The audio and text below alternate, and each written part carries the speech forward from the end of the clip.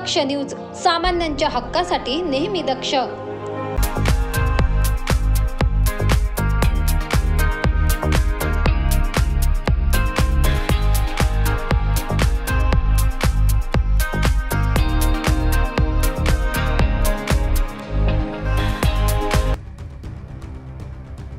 नाशिक विमानतळाकडे जाणारा मुख्य रस्ता म्हणजे 10वा मैल ते जानोरी व नाशिक विमानतळ दरम्यान रस्त्यालगत गेल्या 1 ते 1.5 वर्षात अनेक भंगाराची दुकाने थाटण्यात आली असून या दुकानांमुळे प्लास्टिकच्या पिशवी, थर्मोकॉल, फोम, पेपर रद्दी व अन्य असे अनेक प्रकारचे भंगार रस्त्याच्या दुतर्फा पडलेले असून घाणीचे साम्राज्य वाढत आहे।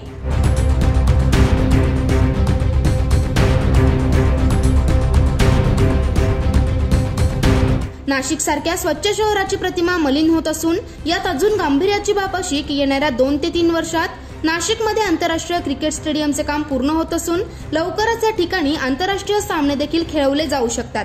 त्या अनुषंगाने नाशिक विमानतळ हे नाशिकमधील एकमेव विमानतळ असल्याने देश विदेशातून येणारे क्रिकेट रसिक व खेळाडू देखील याच मुख्य रस्त्याने प्रवास करणार हे नक्की। त्यामुळे वेळीच या भंगार दुकानदारांवर आळा घालण्यात यावा अशी मागणी स्थानिक नागरिकांकडून करण्यात येते। एअरपोर्ट ते 10वा मैल या रोडवर आहे ना, भंगारची खूप प्रमाणात अतिशय प्रमाणात दुकानं वाढलेली आहेत। गेल्या 1-1.5 वर्षामध्ये या दुकानांची संख्या पहिले 1-2 दुकानं होती, आता अजून खूपच दुकानं वाढलेली आहेत आणि याचं इथलं जे स्थानिक प्रशासन आहे याचं एकदम अतिशय दुर्लक्ष झालेलं आहे यांचं।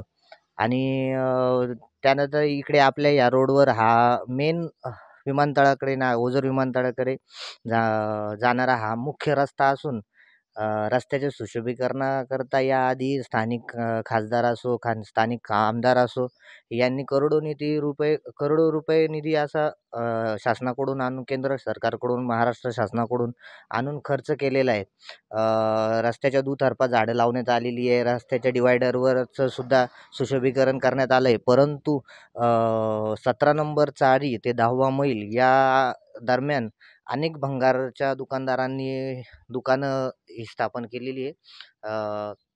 दुकानं थाटलेली अक्षरशः आणि अक्षरशः एकदम म्हणजे घाणीचं इतकं जबरदस्त साम्राज्य रस्त्याच्या दुतर्फा प्लास्टिकच्या पिशव्या, नंतर त्यांचं जे भंगारचं जे पेपरचे कागद असतील किंवा ते फोम असेल, पुठ्ठा असेल, असं अनेक प्रकारचं भंगार, पत्रे असतील, अक्षरशः असं पूर्ण त्या रस्त्यावरून येणाऱ्या जाणाऱ्याला ते म्हणजे आपण विमानतळाकडे चाललोय की कुठे मोठ्या कचरा डेपोकडे चाललोय असं एक भास होतोय।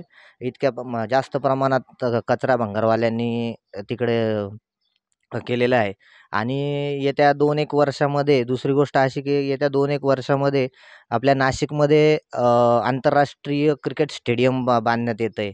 त्या अनुषंगाने ह्या रस्त्यावर हा जो प्रमुख रस्ता आहे विमानतळाकडे जाणारा, तर त्या आंतरराष्ट्रीय क्रिकेट स्टेडियमच्या अनुषंगाने आपल्याकडे इथे आंतरराष्ट्रीय क्रिकेट खेळाडू असतील किंवा मॅच बघायला, क्रिकेटचे सामने बघण्यासाठी येणारा जो कोणी प्रवासी प्रेक्षक वर्ग असेल तो सुद्धा याच रस्त्याने येणाऱ्या काळामध्ये प्रवास करणार आहेत।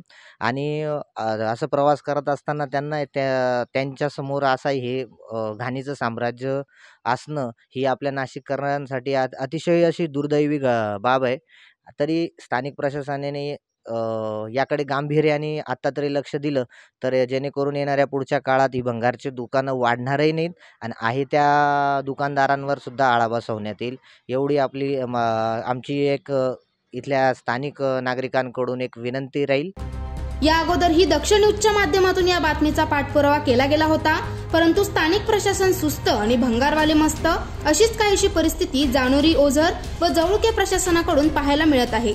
आता तरी प्रशासन काही कारवाई करेल की नाही हे बघणे महत्त्वाचे ठरणार आहे। संतोष विधाते, दक्ष न्यूज, दिंडोरी।